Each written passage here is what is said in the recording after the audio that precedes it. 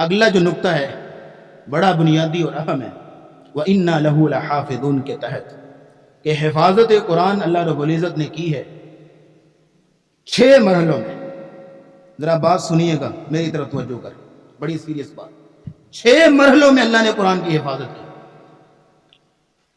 سب سے پہلا مرحلہ، اللہ رب العزت نے قرآن جہاں پہ رکھا ہوا تھا نازل کرنے سے پہلے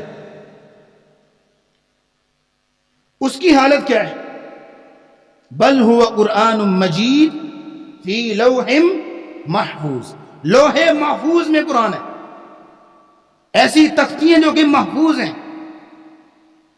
پھر یہی بس نہیں، پھر کہا فی کتاب مکنون، کہاں پہ؟ کتاب مکنون میں، چھپی ہوئی کتاب، محفوظ، لا یمسہ الا المطہرون، اس کو چھوتے ہیں تو صرف پاکیزہ اور مطہر فرشتے اس کے پاس جاتے ہیں، اور کوئی اس کے پاس نہیں جاتا۔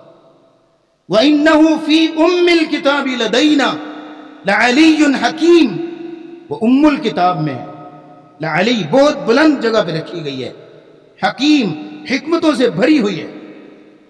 اور یہی بس نہیں، سورہ عبس میں تو کمال کر دیا، فی صحف مکرمہ مرفوعۃ مطہرہ، مکرم اور باعزت صحیفوں کے اندر ہے قرآن، فی صحف مکرمہ مرفوعہ، بلند و بالا، مطہرہ، پاکیزہ صحیفے۔ یہ وہاں پہ ہے جہاں پہ اللہ نے پہلے قرآن لکھ کے رکھا ہوا تھا، یہ اس کی حفاظت۔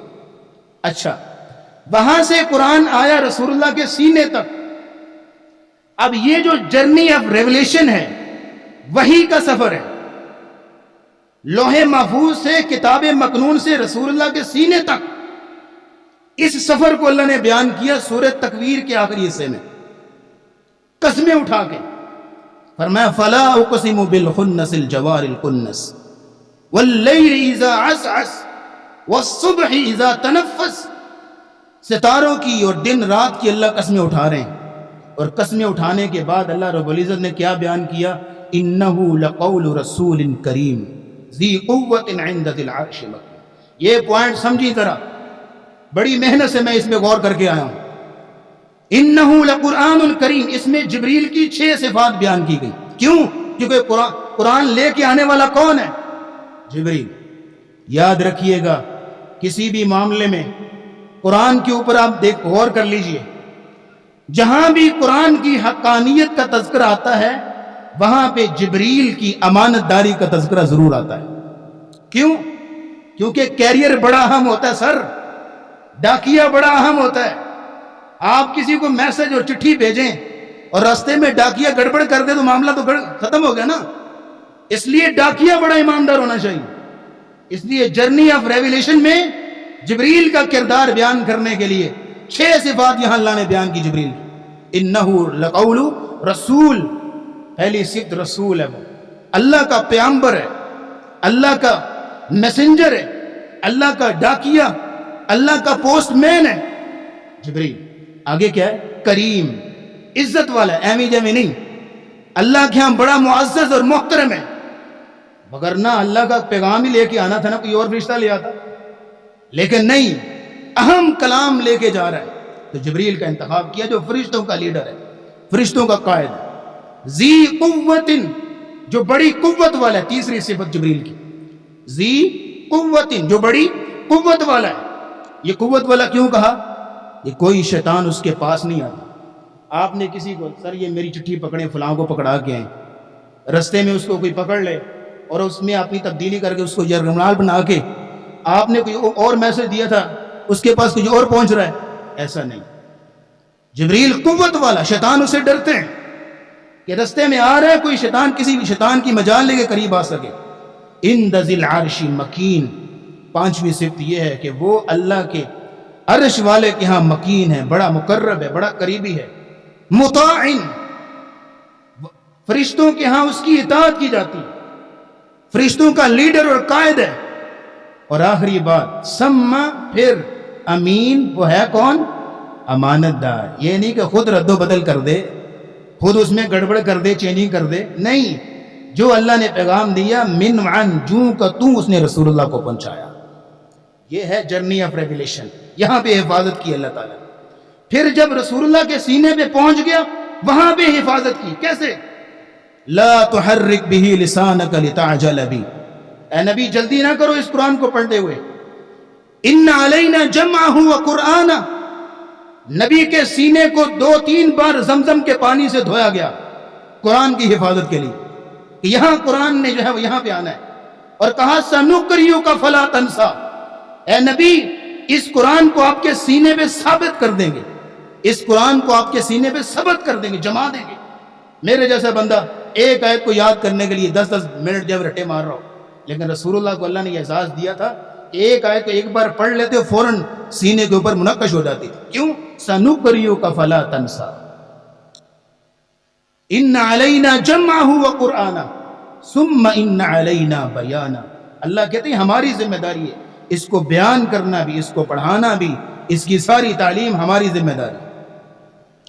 آپ نے دیکھ لیا کہ سینے میں حفاظت کی، اس کے بعد رسول اللہ کے سینے سے صحابہ کے کانوں تک پہنچا. اس کی حفاظت کیسے کی؟ یہ سن ذرا وَإِنَّا لَهُ لَحَافِظُونَ کی تفسیر بیان کر رہا ہوں. رسول اللہ کے سینے سے صحابہ کے کانوں تک پہنچا. معاذ اللہ، رسول اکرم صلی اللہ علیہ وسلم ہیں تو ہمارا ایمان ہے، امانت دار، امین اور سچے ہیں، لیکن کافر جو ہے وہ اعتراض کرتے تھے، خود گھڑ لیتے اللہ کی طرف سے نہیں. تو یہ بھی انہوں اعتراض کرتے تھے اور آج کے دور میں اعتراض کر سکتا ہے کہ یہ قرآن خود گھڑ لیا اللہ کی طرف سے نہیں.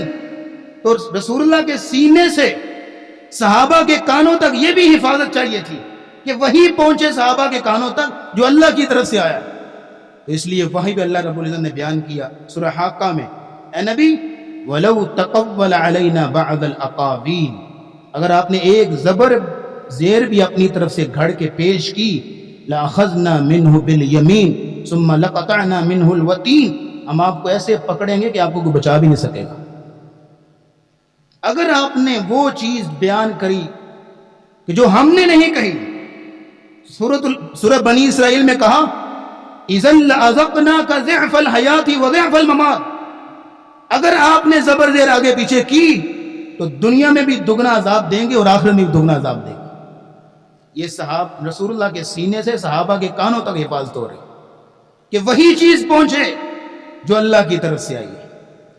تو یہ اس کے بعد اب صحابہ تک جب بات پہنچ گئی، رسول اکرم صلی اللہ علیہ وسلم نے اپنے زمانے میں قرآن کی حفاظت کی.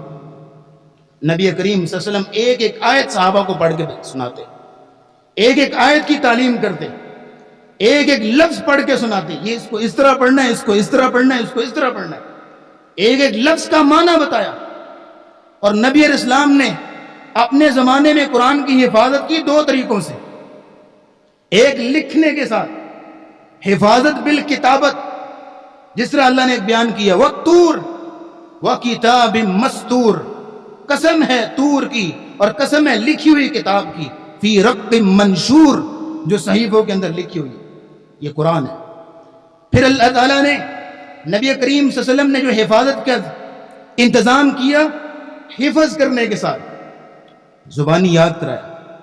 بوڑھے ضعیف صحابہ، آج ہم کہتے ہیں نا زبان موٹی ہو گئی، یاد نہیں ہوتا، پڑھا نہیں جاتا. یہاں پہ یہ ہمارے بزرگ بیٹھے ہیں، سفید وائٹ داڑھی، اگر آپ ان کو دیکھیں اتنی سفید داڑیاں ہو چکی تھی صحابہ کی، 50-60 سال عمر ہو چکی. اس عمر میں جا کے قرآن انہوں نے زبانی یاد کیا، ایک ایک لفظ یاد کیا قرآن کا. اسی لیے اللہ نے قرآن میں کہا بل هو آیات بینات فی صدور الذین اوتوا العلم، یہ قرآن کی آیات بینات اہل علم کے سینوں میں محفوظ ہیں. جتنا مرضی کفار جو ہیں وہ زور لگا لیں قرآن کو ختم کرنے کے لیے، مسلمانوں کے سینوں سے کیسے نکالیں گے. اس لیے فرمایا بل هو آیات بینات فی صدور الذین اوتوا العلم. نبی کریم صلی اللہ علیہ وسلم اپنے صحابہ کو قرآن لکھواتے. کاتبین وحی کو آپ جانتے ہیں 50 کے قریب تعداد تھی کاتبین وحی کی. سنن ابی داؤد کی روایت ہے، سیدنا عثمان بن عفان رضی اللہ تعالیٰ عنہ بیان کرتے ہیں نبی کریم صلی اللہ علیہ وسلم کا یہ معمول تھا کہ جب قرآن نازل ہوتا آپ علیہ السلام کاتبین وحی کو بلاتے اور آپ کہتے ضع هذه الآیۃ فی سورۃ التی یذکر فیہا کذا و کذا، اس آیت کو فلاں سورت میں فلاں آیت کے بعد لکھو. یعنی ترتیب بھی آپ نے لکھوائی. اس قدر جو ہے وہ انتظام کیا رسول اکرم صلی اللہ علیہ وسلم نے اپنے زمانے میں. لیکن ایک جگہ پہ نہیں لکھا جا سکا، مختلف جگہوں پہ مختلف جو ہے وہ، کسی نے چمڑے کے اوپر لکھا ہوا تھا، کسی نے جو اونٹ کی ہڈی کے اوپر لکھا ہوا تھا، کسی نے کھجور کی چھال کے اوپر لکھا ہوا تھا، کسی نے کسی طریقے، کیونکہ کاغذ بہت مہنگا تھا، دستیاب نہیں تھا، پر جس کو جو چیز ملی لکھنے کے قابل چیز تھی اس کے اوپر لکھ لیا. یہ انداز تھا رسول اللہ کے زمانے میں. پھر دوسرے نمبر پہ انداز آتا ہے ابوبکر صدیق رضی اللہ تعالیٰ عنہ کے زمانے میں، جب جنگ یمامہ میں 700 صحابہ کرام جب شہید ہوئے تو عمر رضی اللہ تعالیٰ عنہ نے خلیفہ اول کو سیدنا ابوبکر صدیق رضی اللہ تعالیٰ عنہ کی توجہ اس طرف دلائی کہ اگر اس طرح حفاظ جو ہے وہ شہید ہوتے گئے، 700 صحابہ کرام شہید ہوئے اور 700 کے 700 ہی حافظ قرآن تھے. کہا اگر یہ سارے اس طرح شہید ہوتے گئے تو قرآن کی جو تبلیغ ہے ہم اگلی نسل تک کیسے منتقل کریں گے؟ آپ ایسا کریں کہ قرآن کو ایک جگہ جمع کریں. انہوں نے کہا جو کام رسول اللہ نے کیا میں کیوں کروں. بہرحال اصرار کیا. جب ان کا بھی شرح صدر ہوا انہوں نے پھر کمیٹی بٹھائی. زید بن ثابت رضی اللہ تعالیٰ عنہ حافظ قرآن تھے، عالم تھے، کاتب وحی تھے، ان کو امیر بنایا کمیٹی کا اور ان کو کہا کہ قرآن کی تمام جو ہے وہ آیات کو جمع کیجئے. اب لمبی ڈیٹیل ہے اس کمیٹی کی جو خدمات ہیں، کتنی خوبصورت طریقے سے 1 سال کے عرصے میں انہوں نے پورا قرآن جو جمع کیا ایک جلد کے اندر اور اس کو مصحف امام کا نام دیا گیا.